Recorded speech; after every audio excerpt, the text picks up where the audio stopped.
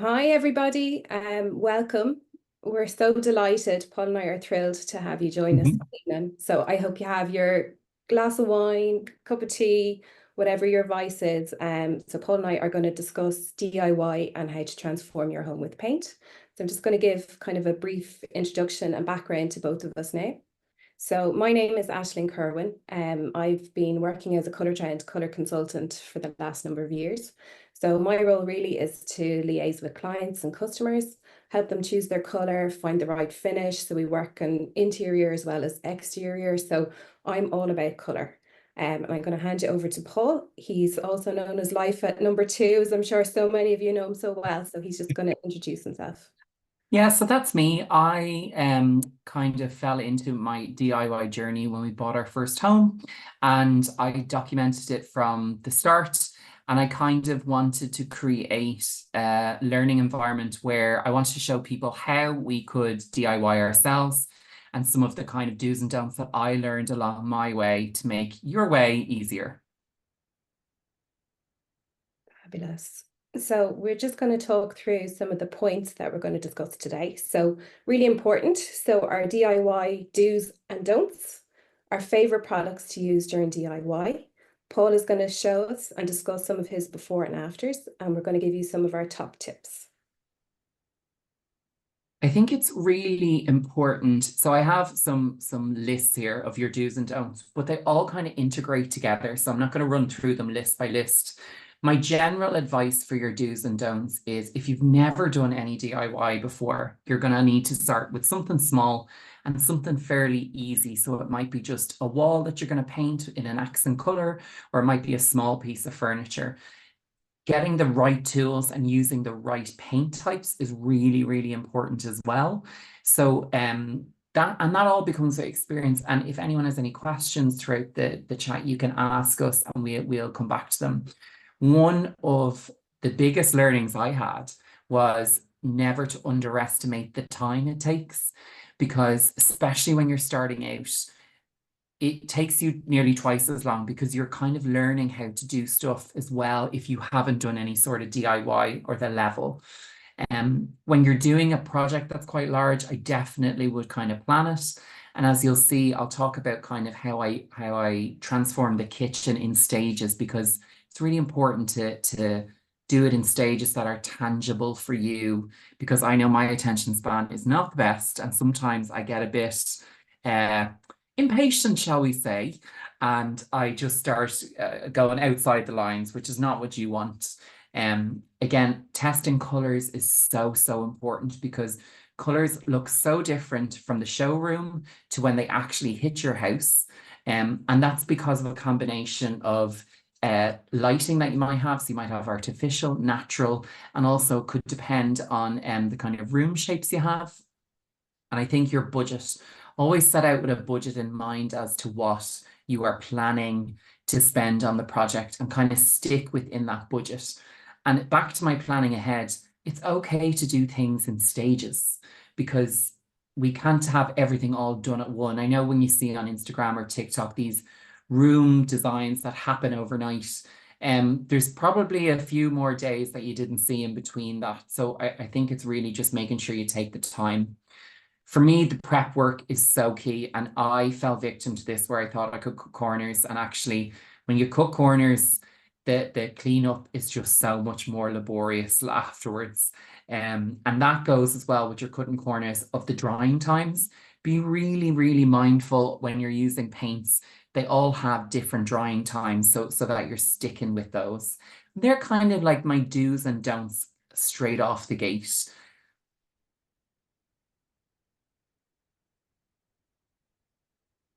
Yeah, I love this, Paul. Will you talk us through this kitchen makeover? Yeah, so back to what we were chatting about there about not rushing. I did this kitchen makeover for my friend in over 2 weekends, because it was a 58 or 56 door drawer kitchen. So it was quite a large size. And again, when we're layering in with your drying times, it's good to kind of stagger it. So How we started the whole process was our prep work. Your prep work is so key. So we cleaned all the doors and drawers down. We took them off the hinges and we cleaned everything down with a degreaser. You can use something like a sugar soap or like good old fashioned, and I'm going to say it wrong, Fairy Up liquid. It's always been Fairy Up liquid for me. So it'll always remain Fairy Up liquid. And you can use that with a bit of water and make sure that you get off any of the tough grease that might be on the kitchen. You then go in with a sandpaper. So depending on the kitchen type, this was a hardwood kitchen with no gloss. So I went in with a 120, just a piece of sandpaper, and we kind of went around the whole kitchen in the grooves and all. And the grooves are what take time. I'm not going to lie, the grooves take time.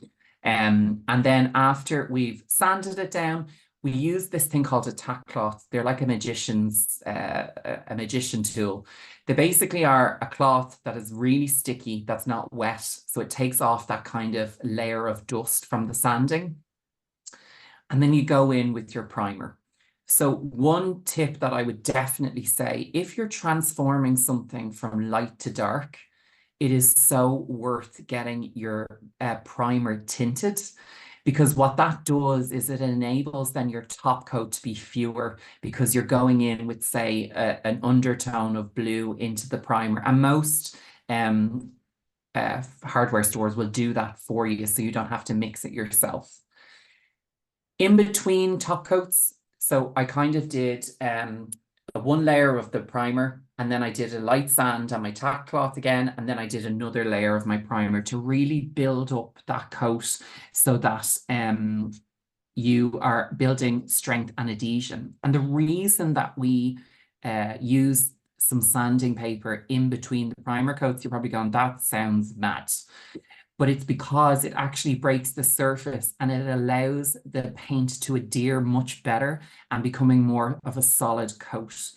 And you will do that through all the stages that you'll always do. And when I'm talking about sanding, it's not getting back down to the bone. It's just getting a light sand to break the texture of what you've put over it. So that was all in weekend one. And I had many glasses of wine after that because my back was broke. And then when we went into weekend two, it was all about that top coat. So it was all making sure that we got a flawless finish, and I used a combination of roller and paintbrush. So you'll see, and you can see it really evident there on the left-hand side, the kitchen cabinets all had grooves. So what I found really beneficial in this was actually using a paintbrush to do the grooves, and then I was rollering over it so that you're getting a really even coat. With your top coat as well, it's really good when you're putting on your layer, and I suppose even with your primer, one of the little hacks I found was when you're using your roller for the first time, wrap it in masking tape and then take off the masking tape. And what that does is it whips out any of those fibers that might get clunky in your paint when you're actually doing your first coat. That's a super tip. I've never heard that one before. It's great. And actually, just, when you're talking about the do's and the don'ts and all the prep work, do you want to explain a little bit about why it's so important to take all those steps and make sure all the drying time, what it would do? Let's say if you cut a corner and only had one coat of primer or one coat of coat. So when we're going back to the likes of the kitchen, right, we want to really make sure that the color is really pure. And to do that, it's by building up the layers. So you don't want to go in with something really heavy for the first time. It's always about kind of building gradual layers. And the reason behind that, if you think about it, is you're building kind of like a film that's going over the kitchen. And there's two things I'll call out here. So you have your drying time, which is your DIY. So that's in the DIY process. That's when you can reapply paint. And then you have a time that's called curing, which is when the paint actually physically gets really hard, and that builds up a really strong film that it doesn't mark. So you may have in the past painted something and start to use it straight away. That's kind of not how the painting of upcycling of furniture works, sadly. Again, time, what is it that we have endless patience and no time. But it's really important to allow the curing, and the curing can take between 72 hours, 48 to 72 hours. And that's where you kind of can, like, I left this kitchen alone with my friends and I said, just don't put up anything up against the walls because we painted the tiles, which we'll talk about a little bit later on. Don't be using it really heavily. Just for the first 2 to 3 days to allow that paint to really toughen up and become resistant. Yeah, I think that's so important, and even things like you said about taking the handles off. It's so easy to Yeah. want to cut corners, but really, if you take things in stages and do it step by step, that's how you'll get the longevity and that toughness in that top coat and won't get any of that chipping or marking or that you said. And just in terms of picking the color on the units, the inkwell, what was the thought process, or sorry, thought process behind that? Because I think that's gorgeous, particularly against the tiles, and the existing pieces in the home. Yeah, so this house is my friend's house and it's on a beautiful cliff in Shankill, and they really wanted to kind of bring that coastal feeling into the house, and they also kind of loved they actually seen my own kitchen and they were like, we really love that kind of navy color. So I was like, well, let's just do it. So we got the navy color, and then I kind of picked, and I know Aisling, you're going to touch on it later, kind of a little bit about picking colors. But I found Mucky Swan as a beautiful kind of, it's not a grey, it's not a beige, it's kind of a beige, if you want to call it that. Great, yeah. And it really, a greige, and it really kind of complements each other. One of the questions I know doing the makeover, everyone was saying to me, paint the ceiling, paint the ceiling. But actually, there's a few factors in this. The ceiling, yes, it's in this room and another, but it's actually in another 4 rooms in the house. So for continuity of the project, it wasn't doable in that time frame.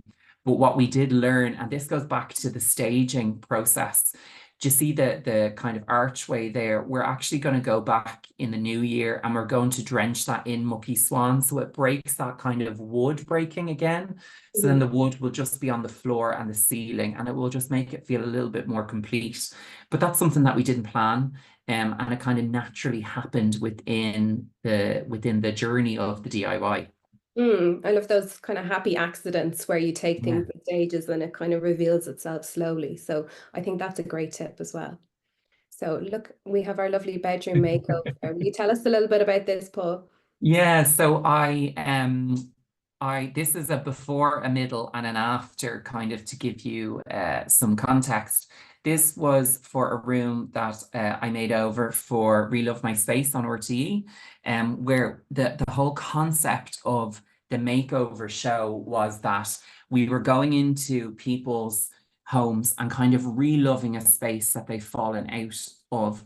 And the kind of key for this was that we weren't to buy anything new.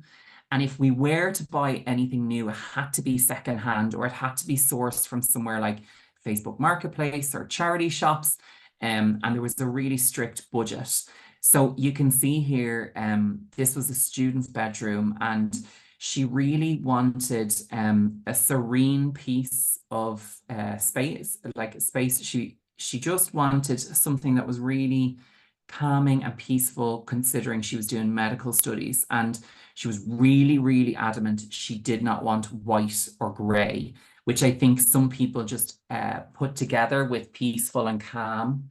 Mm, And I fell in love with Storehouse when I seen a friend do it in a room, and I would never have naturally gone for a green tone when I was thinking about a peaceful and serene space.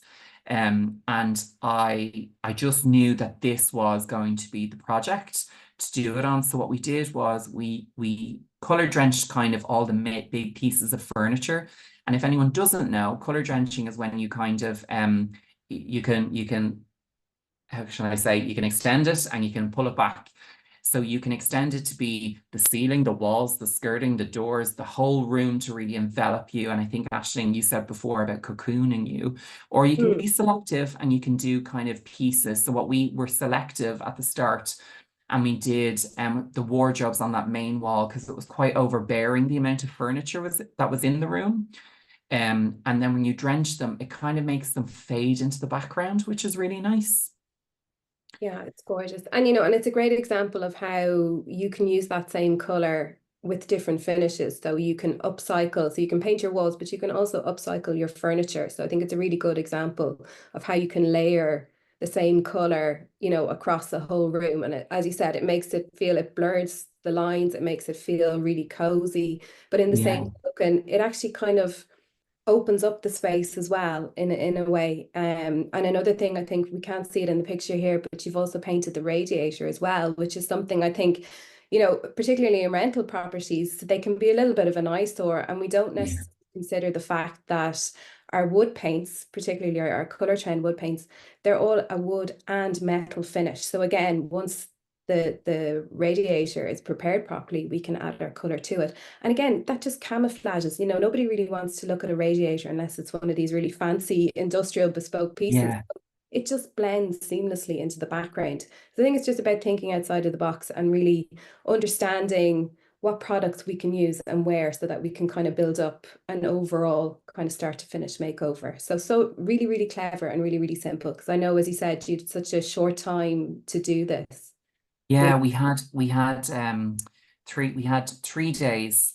So in total for the makeover, we had kind of 2.5 days, 2.5 days to kind of get it done, and then uh a half a day to kind of set it for filming and blah blah blah.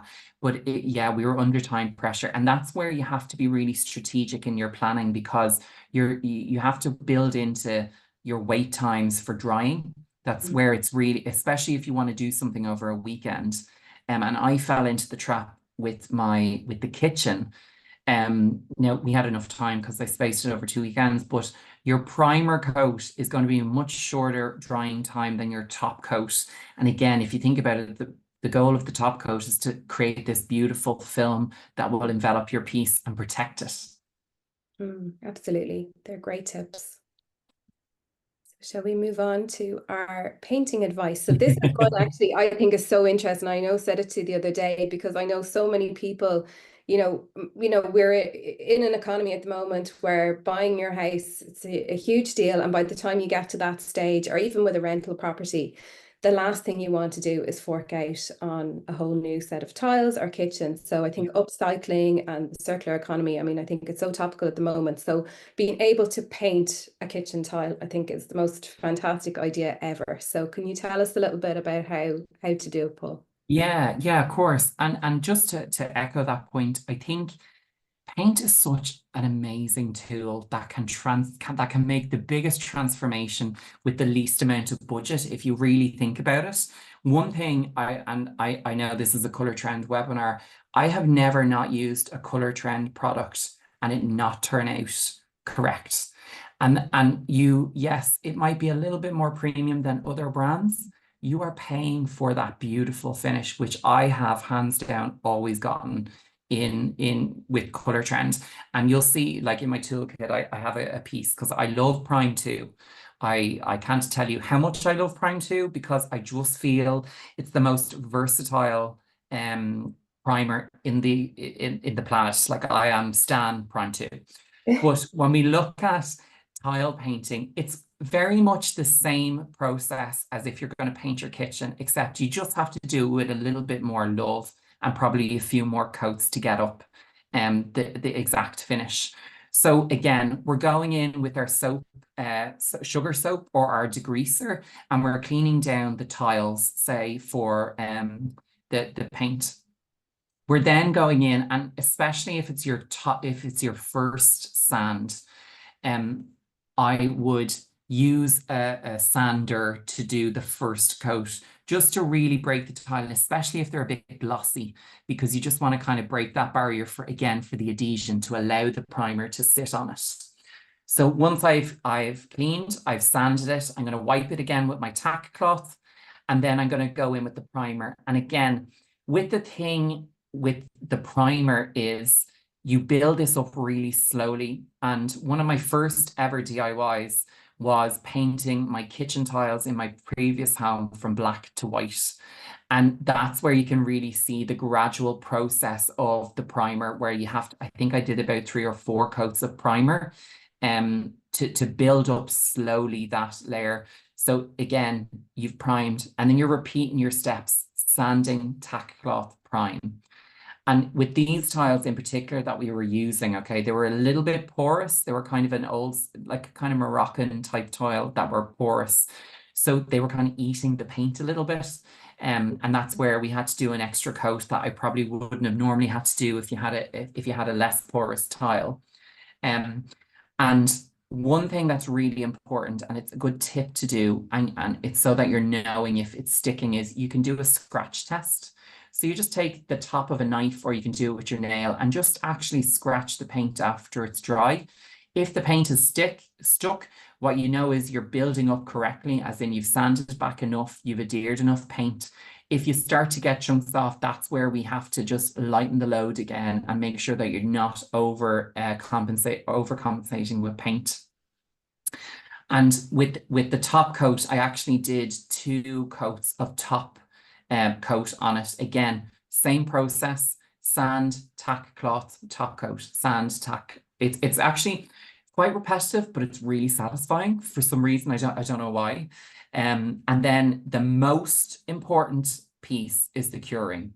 So this is where you shouldn't put anything near the tiles for, if you could, I would leave it like at least a week. And you'll see here in the after picture, I've kind of staged it a little bit. None of that is touching the wall. It's kind of just propped, so it looks beautiful. So I got my end result. But they're kind of like the stages of priming and painting the tiles. It's so interesting. And again, like you said with the kitchen cabinet, patience is key, really. I think it's the takeaway message from this, because I know there's this like need in us to want to put everything back or take the photo, but it's all about just being patient. And as you said, allowing for that proper curing time just to make sure that everything is set and hardened. And it can be a false economy as well. I know you spoke about, perhaps using kind of less inexpensive products or brands, but I would always say to people, spend that extra bit. So, buy Yeah, the pieces for your kit. Don't cut the corners on your top coat or on your primer, and you will get the longevity out of it. It's a total 100%. because you'll end up doing it again in a year's time or 2 years' time or 3 years' time, whereas you may get 5 years, 10 years out of this before you go at it again. So definitely kind of keep that in mind as well. Yeah. So our top tips. So Paul, you have some brilliant tips. I have to say, I learned loads the other day when Oh, thank you, you. and they're like, I was telling everyone about them yesterday.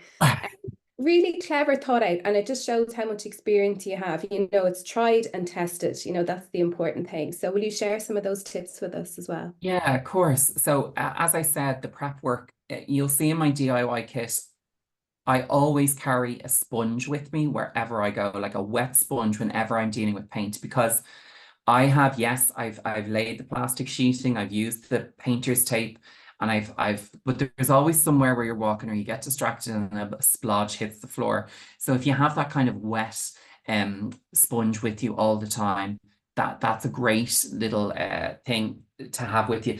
The prep work is really about the cleaning and the sanding and the degreasing of that is so important. I can't stress that enough. I have painted tiles when I was starting out and didn't know all this stuff that I know now. And thanks to some great friends and some great advice, I've learned tricks of the trade. And that's what I always want to do, is share as much as I can, because I went in painting tiles without sanding, without degreasing. And yes, there was chips. Of course there was, because I wasn't doing the process. So that's just about the prep work. Painter's tape is my favorite. So one really key thing that I did it recently in a DIY. If anyone hasn't followed me, you can check in there.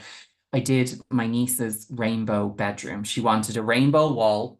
And so of course I was like, okay, how do I do this? So painter's tape was my guide. But one of the tips that I learned along the way was actually, when your painter's tape down and you're doing something like that mural art, paint over the tape with the wall color that's currently on the wall, so that when you go in with the new color and you peel off the tape, you have this beautiful, and there's so much satisfaction when you're taking that tape off and that the line is like crisp. Primers, Again, like I said, Prime 2 in the whole range is the most versatile primer, which is why it's always a staple in my kit. And then knowing about adding the paint tint to the primer, especially if your project, if you're going from dark or if you're light to dark, because again, it's just saving on your top coat so that you've got a really lovely top coat. And then application again, knowing which type of paint and to use it. And to your point, Aisling, like about the people don't know that you can actually paint the rads with satin wood Mm. because because it's called satin wood. You necessarily put it with wood, but actually you can use it with rads and metalwork. Yeah, absolutely. And I think as well, because there's so many things that we're doing at home now, and we're taking on the challenges and we're doing it ourselves. So it's just about education and kind of getting that information. So something that actually stands out to me quite a lot and comes up quite a lot is when people are doing MDF paneling at home. So you want that to be quite close to your wall finish. But I think, sometimes people think, well, I want it to be the same color as my wall, so I'll just use the same paint. But at the end of the day, it's a wood, it's MDF. So you need to Yeah. use a wood paint, and so the wood and metal paint is split into three different sheen levels. So you've got your high gloss, which is 80% sheen, your satin, which is 45% sheen, and your eggshell, which is 25% sheen. So I'd always say to people, look, if you're doing something and you don't want it to be shiny and you want it to be quite matte and quite close to your wall finish, then use the eggshell product, and that will give you this nice kind of smooth, cohesive, lovely finish. And then once the MDF is primed and you've got your top coat of that eggshell on it, you'll get that longevity out of it. It's just about knowing what products to use and where to use them. And we have a little note there at the bottom as well of this slide, just remember, the more shine, the more durable. So it's trying to get that balance between gloss, satin versus eggshell, because obviously not everybody wants an 80% glossy finish. Yeah. The front door, it has its place. So it's just about trying to pick the right product for the job that you're trying to do. And to be honest with you, I think what you've said there is so like, I don't know, growing up in my head, it's still burned in my head, white gloss skirting boards and then them eventually going yellow.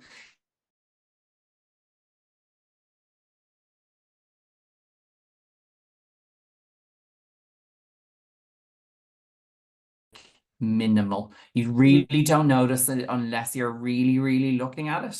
So if people are looking at something that they don't want the gloss shiny, I would definitely go with a satin or the eggshell because you really don't notice it. No, and it's a more modern look, I think. As you said, Yeah, it's something I kind of battle against with some of my clients, this idea that your doors have to be white, your door architraves, and your skirting has to be white. And it really yeah, limits you, particularly if you want to go for an off-white on your kitchen cabinet, or if you want to go for white as your wall color. You've no contrast. You kind of lose that lovely detailing, because we can have quite nice architectural skirting and yeah, door architraves, and it all just kind of blends into one. And particularly as well, then, if you have a similar colored floor, like a ceramic floor tile or porcelain tile in the kitchen, it all just becomes the yeah, cream, and it's so easy to fall into that trap because, as you said, it's just ingrained yeah, in us. Whereas what I want to do and what Colour Trend love to do is educate about, there's a lovely link to dramatic trims on the Colour Trend website at the moment. These lovely kind of inky blue and green colours yeah, on your skirt boards paired with whites. It's totally outside the box, but it yeah. just looks right, and it gives that lovely like cohesion and that element of surprise, I think, when you have visitors, that works really well. So it's all just about thinking, just again, thinking outside the box, looking at new techniques, Yeah. color in a different way. And I think also what's really good is like enjoy your space. Don't Hmm. design for Instagram. Like, because I made that mistake in my first home, we went from 50 Shades of Magnolia because it was a rental beforehand to 50 Shades of Grey because grey was the trending. And I'm not hating on grey, I really enjoy grey. But like, I was so led by what was happening on Instagram, whereas actually, if anyone knows me, my personality is like colorful. Like I am razzle dazzle, color, color, color. And that's where I kind of grew my journey. So I just say don't lean into being swayed by too many people. Yeah, absolutely. You know, and I think that leads us on really nicely to our next slide, which is top tips for choosing a color. And by all means, if anybody is a gray person, go gray, because I think, you know, Yeah. there's some gorgeous grays. And I think we just had gray overload when we were all at home during lockdown. And I think we really reevaluated our space and our homes and kind of how we wanted them to look and how we wanted to feel in our space, which I think is ultimately the most important part of all of this. And I think you're 100% correct. You know, our home should be a reflection of us and our personality and what makes us feel comfortable. You know, you shouldn't paint your home or pick a color based around what your parents think, what your neighbors. Yeah. And more importantly, I have people say to me, well, what if I want to sell my house in 5 years' time? So what if you do? You know, people Yeah. have an open mind, they can visualize you're living in your house now, so you should pick the colors that you really gravitate towards. So when it comes to choosing a color, so this is quite a multifaceted thing, and I think there's lots of different kind of dimensions to this. So first off, I would say think about colors that you like. And if you're really, really stuck, then perhaps think about colors that you like to wear, colors you enjoy in your wardrobe. So that might give you an indication of what you're comfortable with. Maybe think about as well, are there any cafes or restaurants, or are there other houses that you enjoy going to? Are there colors that you can think of, or maybe lighting that you really kind of gravitate towards and you think about? So that can kind of give us an indication of what we like as well. As much as Instagram is full of trends, I think it's a great place to look for ideas, as is Pinterest, interiors magazines. They can give us a lot of inspiration. It can get overwhelming, but I think if you notice that there are certain colors that you kind of look at time and time again, it'll give you an indication. And then lastly, I think sometimes we're not afraid to commit to those smaller pieces like cushions or small pieces of artwork. So again, if you Yeah. find that you buy cushions, if you're a burnt orange cushion person, then maybe it's a sign that you might want to do a burnt orange accent wall, or maybe even a bedroom and color drench your room. So I think take it in stages and look for kind of clues around your house. Another thing to take into account would be the room function. So is it a nighttime room? Is it a daytime room? If it's a nighttime room, like a TV room or a snug or a bedroom, then you could maybe think about leaning into some of those deeper colors. So I know burgundy is the hot color at the moment, you know, Yeah. and those colors can really give you a sense of warmth and coziness. And, you know, given a room function like that can work really well. Whereas I think if it's a social space like a kitchen or a kid's room, you know, leaning into really kind of bright, colorful, cheerful, inspiring colors can work really well. Another thing to take into account as well, you know, you spoke about light earlier, so lighting and also the room orientation. So there are certain colors that we would recommend for certain light conditions. So if you've got a north or an east facing light or a north or east facing aspect, it can be quite blue, that light. So we would kind of lean towards red and yellow undertones. So some of this is a little bit technical, and there's quite a lot in it. So I'm going to link people to a webinar that I hosted 2 weeks ago with Nick Dillon. So that's on the Colour Trend landing page, and it's about how to choose and use bold colour in your home. So if you're kind of back at the start and you're trying to figure out kind of how to do that, that might be a good place to kind of begin. But really, I suppose the crux of what we're saying is think about how you feel and how colour makes you feel and impart that. You know, it's all about feeling good. Like you said, you know, you've got that wonderful feel happy and feel comfortable and puts a smile on your face every day. And that's Yeah. ultimately what it's all about, Yeah. for sure. So then when it comes to, you've got one aspect of color, and then the other side of it is creating an overall scheme. So we've a couple of tips for how to do this, you know, and even linking back to you talking about your friend's kitchen and choosing the inkwell, you know, so it's about kind of picking that main color, that hero color, and then working out what will go with it. And in some cases, again, looking back at rental properties, you may find that you have a piece of furniture that you have to work around, or a floor color or ceiling color. So it's just trying to find tones that complement it. So in its simplest terms, I would break it down to what we call the 60-30-10 rule. So the 60% color being your hero color. So these are two pictures from my own home. So on the left-hand side is our master bedroom suite, and the right-hand side is the kids' living room space. So the paint color in both is the hero color. So on the left-hand side, we've got quite a dramatic kind of peachy pink tone. And on the right-hand side, I've gone for Covert Feather, which is a lovely warm neutral. It's quite mild, but it has a slightly green tone to it. So in the case of the bedroom, what I did was that kind of peachy pink color is a really bold, dramatic color. It's really kind of moody at night, and I've color drenched the room. So as Paul kind of explained earlier, I've got the skirting, the door architraves, the door, lots of paneling behind the bed, the detailing around the window is all that really strong color. So then I wanted to kind of tone it down a little bit. So I've used Soda Bread, which is a kind of pinky toned off-white. So that's on the inside of the window reveal. And then I have Ben Bulbin, which is a gorgeous kind of inky dark grey color. So that's on the bath. So they kind of balance each other out. But for the most part, you see that Fortune's Prize, and then you just see the pops of blue and cream kind of throughout the room. So it all kind of works. They're complementary colors, we call them. They're on opposite sides of the color wheel. So they kind of balance each other out. I love that room. Oh, thank you so much. Yeah, my poor husband, I don't know if he'd say the same thing. Now he's done work on it. But again, another example as well. So on that bath ball, that came from a salvage yard. That was in absolute bits when we bought it. So Yeah. we enamels the inside of it, and then Oh, primed, wow. and then we have an eggshell finish in Ben Bulbin on the outside of it. And it's like new, you know, something that was totally unloved and like left the scrap heap is now something that we have integrated and incorporated into our room space. So I really think, you know, thinking outside the box and trying to repurpose and relove and give a new home to items. You know, I think that's so important nowadays, you know, because we can be so disposable about things, you know, so it's Yeah. great to give things a new lease of life. And then just on that picture on the right hand side, so just again in terms of creating a scheme, so that Covert Feather has quite a soft kind of a green undertone to it. So what I've done there is I've picked up on that. So on the rug, you can see there's kind of a green tone. You can just about make, there's a TV cabinet there that's green again. So you've got that green kind of anchoring into the Covert Feather.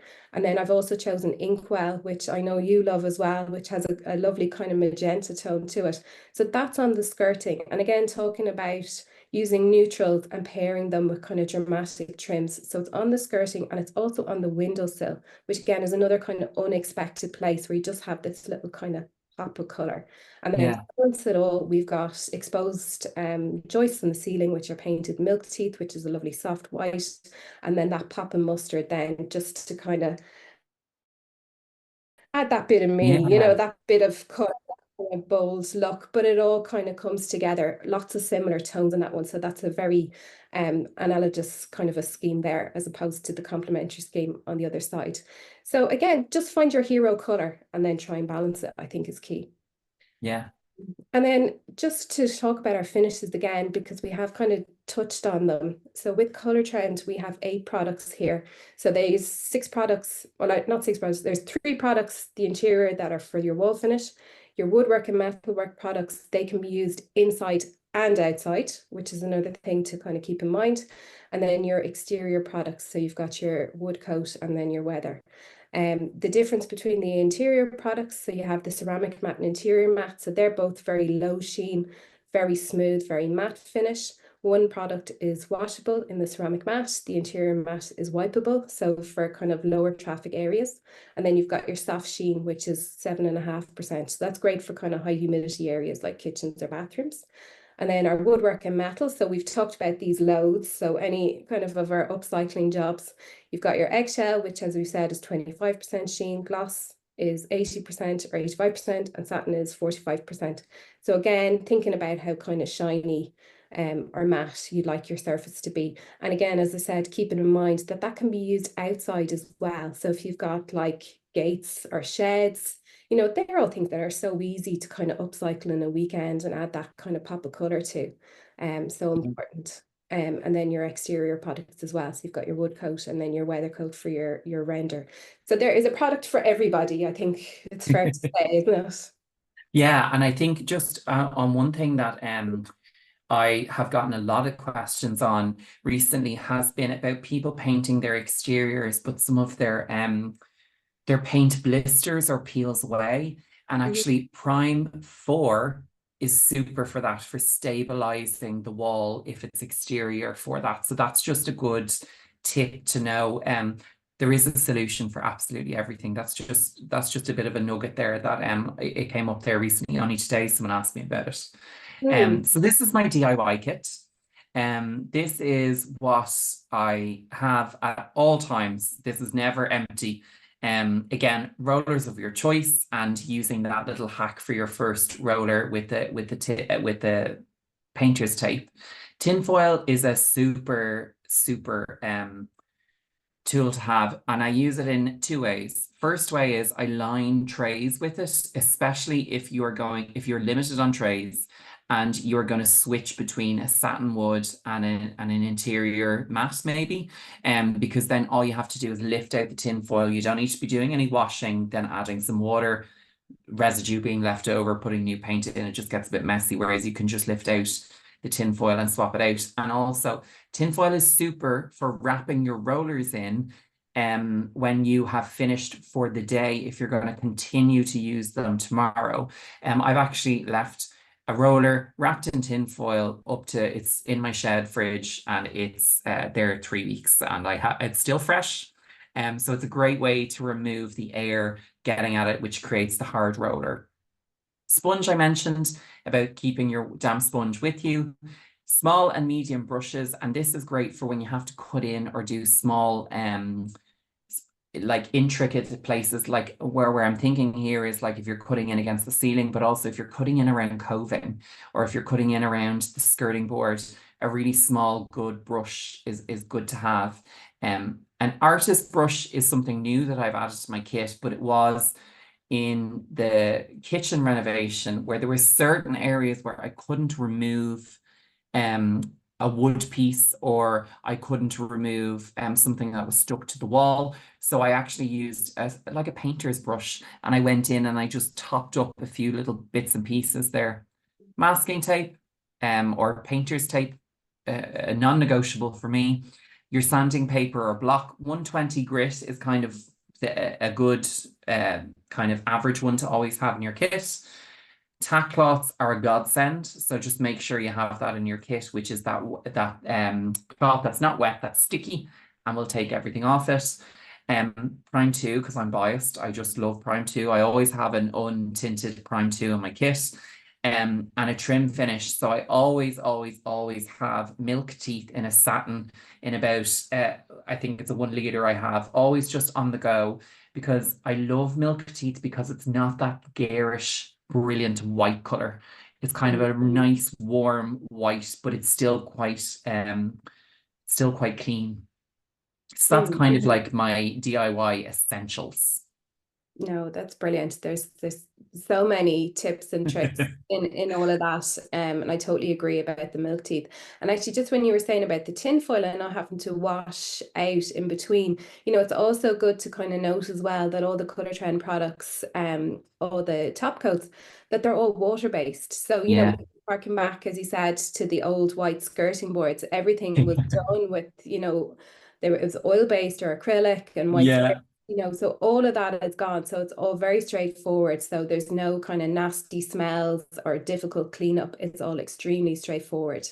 I think that's such a godsend, because I think that's something that actually puts people off when they think about, how things used to be. So we've certainly moved on from then.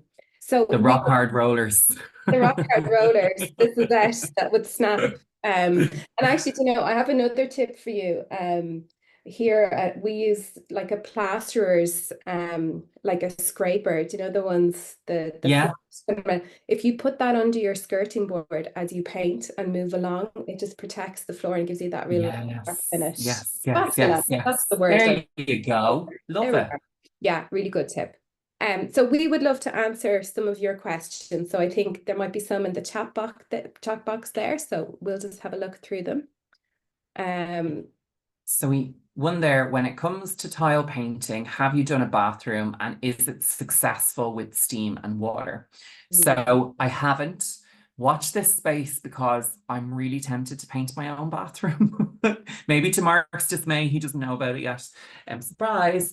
But I haven't. One thing I will say though is, because the Prime 2 is epoxy based, It's not like some paints are latex, and that's where you're going to have issues with the paint bubbling, where it comes in with steam and water. I haven't painted it, but I would probably try it. And I think this is one perhaps if you are a two-bathroom household, that if you were in a position to have your shower off limits for that couple of weeks to allow the curing time, because I think that's probably going to be the main Yeah, issue you run into. So I yeah. think if you're a single shower home, maybe there might be a little bit of reservation around that. But if you're a two shower home and you can use a second one, that will give you the time to let it cure. Yeah, I have seen it done. So it can be done, but I think Aisling, your point is so valid. You can't use the bathroom. Do you know what I I mean? know, So you yeah. can't have a shower. You'll have to be showering in the gym or whatever. Yeah, but it'd be worth it, worth it. So Yeah, yeah. next question in then. So the laminate is lifting off my doors and I'm thinking of removing it and painting all the doors. I'm just wondering, would it work? Um, so I guess it's hard to know what's underneath that laminate. That would be the first question, I think, Paul, wouldn't it? Yeah, my guess, because I've done this, is it's probably MDF, and uh, it would probably be safe to do it. What I would try and do is a test patch somewhere where the laminate has come off before you commit to it. One tip when it is coming to that removing, it's kind of like, I'm presuming it's like that Formica laminate that you can take off. A really great tip to do is use a hair dryer or a heat gun if you have one, and kind of heat the laminate, and that will literally peel it off in one piece. I've done this quite successfully. And then it's going on with your priming. Again, you can prime two. I know prime one is really good for MDF. I would still prime two just because I know it works. It's tried and tested. And you would follow the same process in terms of painting, sanding, probably paint again, sand, and then top coat. Brilliant. Have we any more questions? Let me see. So when pairing paints for one room, is it best to pair warm undertone colors with warm, or can you pair cool undertone paints with warm? Ooh. Hmm. Um, it depends really on your light orientation, I would say. So you can absolutely pair warm undertones with cool undertones, but really the important thing again is harken back to that aspect, whether it's single aspect or dual aspect. So if you want to use a color that has a blue or a grey base to it, then we would say if it's a north or an east facing room, maybe go for warmer tones like reds or yellows. If you've a south facing room where you've got lots of lovely yellow light during the day, then you can pair warm or cool, So I think that that's the important factor is what the light aspect is. And again, looking at function and so on. But you can absolutely, if you've got south or southwest facing light, you can kind of experiment a little bit more. You can bring in kind of pinks, greens, blues without kind of too much hassle. And then if you're looking for a fail safe to do all light aspects, so looking at colors like the Mucky Swan that Paul used, so Mm. they have that lovely kind of beige, that kind of brown base to them. Those warm tones. So there's a couple of colors in the core collection at the moment. There's powdered shell, and I'd even say old bone, like those really warm tones. I think they can be used in any light aspect, and then you can Yeah, pair your second color with it, kind of yeah. keeping those aspect rules. Okay, we've another. We have, oh, sorry. No, you go, you go, you. I'll do it with Yeah, with some dramatics. So like, please. we have a lovely bright hall, but a dark landing with no windows. I'm really struggling on the color that will suit both lighting situations, as I want it to flow. Love color and not afraid to try something out, but also happy to stay neutral. What do you think? Okay. So I would say this might be a nice opportunity so it's a landing, so we know there's a stairs. So I Yeah, think if you go with a nice warm neutral, but maybe with a hint of color to it. So something maybe like Spring's Call, which has a slight green tone to it, or Cherished White, or even Halfpenny White. really kind of cheery and welcoming and warm. And what's nice is if you've got lovely bright color or bright light in the hallway, and then you go up to the landing, it's slightly darker, that color will look slightly different in the two different light conditions. So it'll feel like you have slightly different colors, but you'll have that nice color flow. And what I do is I would then add something bold onto the stairs, or onto the trim. So Yeah. like a Templar grey or a nice navy, something that's going to kind of break up that color downstairs where you've got that nice, lovely, bright light, but then upstairs you've got that safety net of having gone for that lighter tone. So it won't feel too kind of overwhelming or like cave-like. So I think that will give you the best of both worlds. So go for the Yeah. lighter tone, but then have that dark kind of trim against it. And I think another thing just to add, especially if you find that your upstairs is dark with no light, you can actually change the light bulbs, which again, I don't think a huge amount of people know about. So kind of the natural light bulb you're going to get in most DIY stores is kind of this warm or warm white, it's kind of called, or daylight will be as far as you could probably get. You can actually get cool light, which I adore. All my whole home is cool light because it's quite bright. And that could be another way to incorporate just a little bit more light into your home. Absolutely. And whether you like yellow light or white light is quite personal, but just look at the Kelvin number will be written on the, Yeah. so obviously the higher the Kelvin number, the brighter the light. So definitely have a play around with that. That's a great tip. So next one, is it hard to maintain this paint with it being in the kitchen? So I think we've touched on this a little bit already, haven't we? Yeah. No, my go-to is allow it to cure and you are golden. I have scrubbed my tiles, even though you probably shouldn't scrub them, but I have. Tomato sauce has gone on them for me making a chili and I wiped it away. Once you allow that to cure, you are golden. Naturally, it is painted. So if you're going to be bashing it left, right, and center, yeah, you will have to do one or two top-ups. Like it's not a miraculous cure. But I think if we're talking about everyday movement and like putting a chopping board up against the wall and all that kind of stuff, you're fine once you allow it to cure and harden. It's really important. And I think even with the kitchen cabinets as well, I mean, if you buy a brand new kitchen and it's been sprayed, there's always the potential that you're going to get little kind of knocks and chips. So just having that little kind of sample pot or a Yeah. little small kind of pot of the paint that you can touch it up, there's always going to be a little bit of wear and tear. My tip when you're painting your kitchen is paint, and I did this, and Ashling, just remind me the paint sizes that they come in, the satin wood. So you've got a 1, a 3, or a 5 litre. Yeah. So what I did for this kitchen, because it was 56 drawers, was I bought a 1 litre and I bought a 5 litre.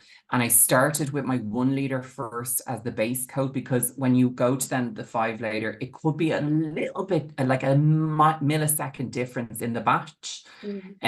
So then I went on with the 5 litre and I had leftover in the 5 litre. So that meant if I was doing any top ups, it was the exact match for the kitchen. That's a great tip. And that's something as well. I quite often get people coming to me with photographs and they say, I painted my room 5 years ago. What color is this? Take a snapshot of the paint before you throw it away or before you finish with it, Yeah, just yeah, so you have yeah. that little record.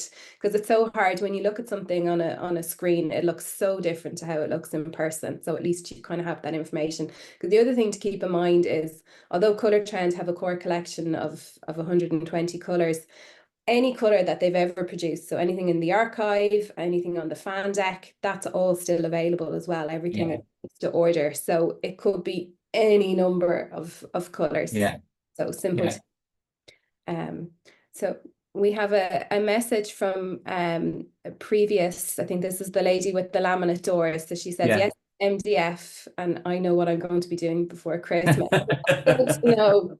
We've inspired somebody tonight. Yeah, yeah.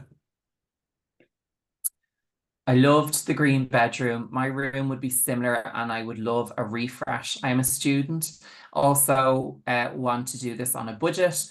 What would be a realistic budget to complete this project in a small bedroom? Okay, so again, and I wanted to say this earlier on, when you're going into painting like a room a full color, it's not cost effective to use the top coat all the time, especially if you're trying to block out some colors. So what I would do is I would buy some ceiling paint from wherever, ceiling paint, because it contains chalk, which helps to block out the color. And then I would literally paint everything in the white, and then I would go in with your top color, because what that's going to allow you do is not use as much paint from that, because again, you want to make sure that we're on a budget. I would, again, it's really hard to know without dimensions how much paint to recommend, but on the back of the tins, they do have how much each liter will cover in the square footage. I'm right in saying that, Aisling, aren't I? You are. So I think it's 8 to 10 meters square per litre. So for an average size bedroom, you would probably be looking at about 3 litres of paint, which is Yeah, depending on the colour you go for and the base that's been tinted, you're probably looking at about 65 to 70 euros for that yeah, and the top coat. But I mean, as I said last week at something, it's the price of a night out in town or a nice dinner, and yet you've got brand new bedroom, and something you can really enjoy and look at every day. So I think it's definitely money well spent and time well spent. there's actually a great little tool on the website. It's a paint calculator. Who knew? And that actually helps you on how much paint you need for your project. You pop in the details, and that will work out for you. Mm. And as well, like if you're really stuck on color, there are also online color consultations available. So you can book those through the website as well. So there's always an answer or somebody to help with all your queries outside of us having our chat now. Are Yeah. there any more questions, I wonder?